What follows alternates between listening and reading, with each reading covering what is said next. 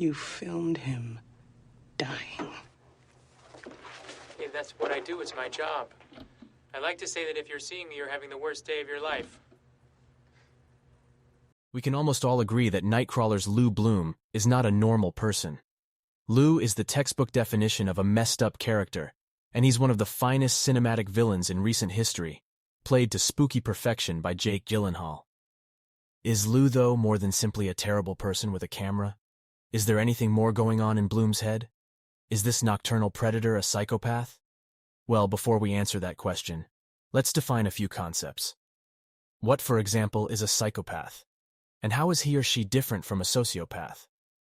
There is no difference, according to psychologist Maria Konnikova and philosopher William Herstein. The word psychopath first appeared in the 1800s before being superseded by sociopath in 1930. However, as time passed, the term sociopath fell out of favor, and specialists are now adopting the term psychopath. To many people, the terms are synonymous. So, what is a psychopath? What are the requirements? The following characteristics apply, according to Robert Hare, the psychologist who created the famous psychopathy checklist, PCL. Genuine psychopaths are witty and charming on the surface. They have a selfish personality, are incredibly manipulative, and are quickly bored. They are compulsive liars who lack empathy for others and feel no regret for their actions. Psychopaths are emotionally deficient and never accept responsibility for their acts. They are human parasites who prey on others and have no long-term ambitions.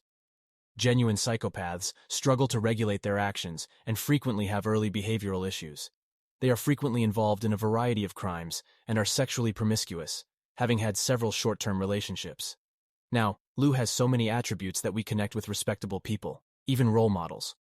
However, Lou is a monster, and the audience is well aware of this. He is devoid of fundamental human feelings and reactions. He'll be the first to videotape a dying man on the side of the road. He's aggressive, callous, and heartless. So, if Lou doesn't care about us, why do we care about him? What distinguishes us is the lengths we will go to attain our shared objective, whether or not we are prepared to cross the line, and where we draw that line in the first place.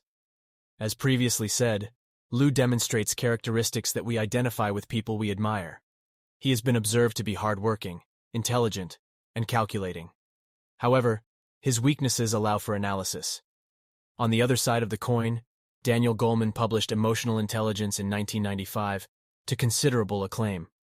In the book, he described his 5 elements of emotional intelligence, which included self-awareness, self-regulation, motivation, empathy, and social ability. To be emotionally intelligent, Goleman said, you must be as aware of others as you are of yourself. These 5 components are present in everyone, albeit to varied degrees. Lou Bloom, for example, understands exactly what he wants, but is unable to comprehend how others see his goals. He doesn't care, to be more precise. Focusing on the element of self-awareness, Lou knows exactly what his place in the world is. He knows exactly what he wants other people to think of him, but that ideal image doesn't take into account the emotions of others. Because of this, in a twisted way, Lou is somewhat empathetic, but his empathy is corrupted. He is able to understand people's feelings, but he refuses to share them. Lou's version of empathy ironically makes him more self-absorbed. Despite his complete lack of traditional empathy, audiences stay on Lou's side for one reason: our innate selfishness. Lou Bloom is the personification of the 3 elements of emotional intelligence that we can relate to the most: motivation, self-awareness, and self-regulation. What these have in common is that they are self-serving, relating only to us. Empathy and social skills are the parts of emotional intelligence that relate to the well-being of others, and that's why we don't have as much of a personal connection to them. Lou is framed as our protagonist, and so that's the picture seen by the eyes of the audience. Even at his worst moments, the audience remains attached to Bloom. Take, for example, the ending. Lou tapes his colleague, Rick, being shot by a criminal Lou neglected to warn him about, and subsequently sells the footage. If we saw an enemy force accomplish this, it would be horrifying, setting the tone for total wickedness. When we watch Lou do it, we know it's terrible, but we can't help but empathize with the emotional intelligence factors that drive him to do it. It is his drive to break into the industry. It is his desire to be respected. It encompasses all we aim to accomplish. As is customary, by the time the credits roll, The protagonist has triumphed. The thing about this story is that when we see Lu win, we also see ourselves. To some extent, everyone longs for fulfillment. The same goes for Lu. Seeing him achieve it after we've stuck with him through everything makes us feel like we helped him. If we couldn't get it for ourselves, at least we got it for him. Yes, he cut the brakes on his competitor's van.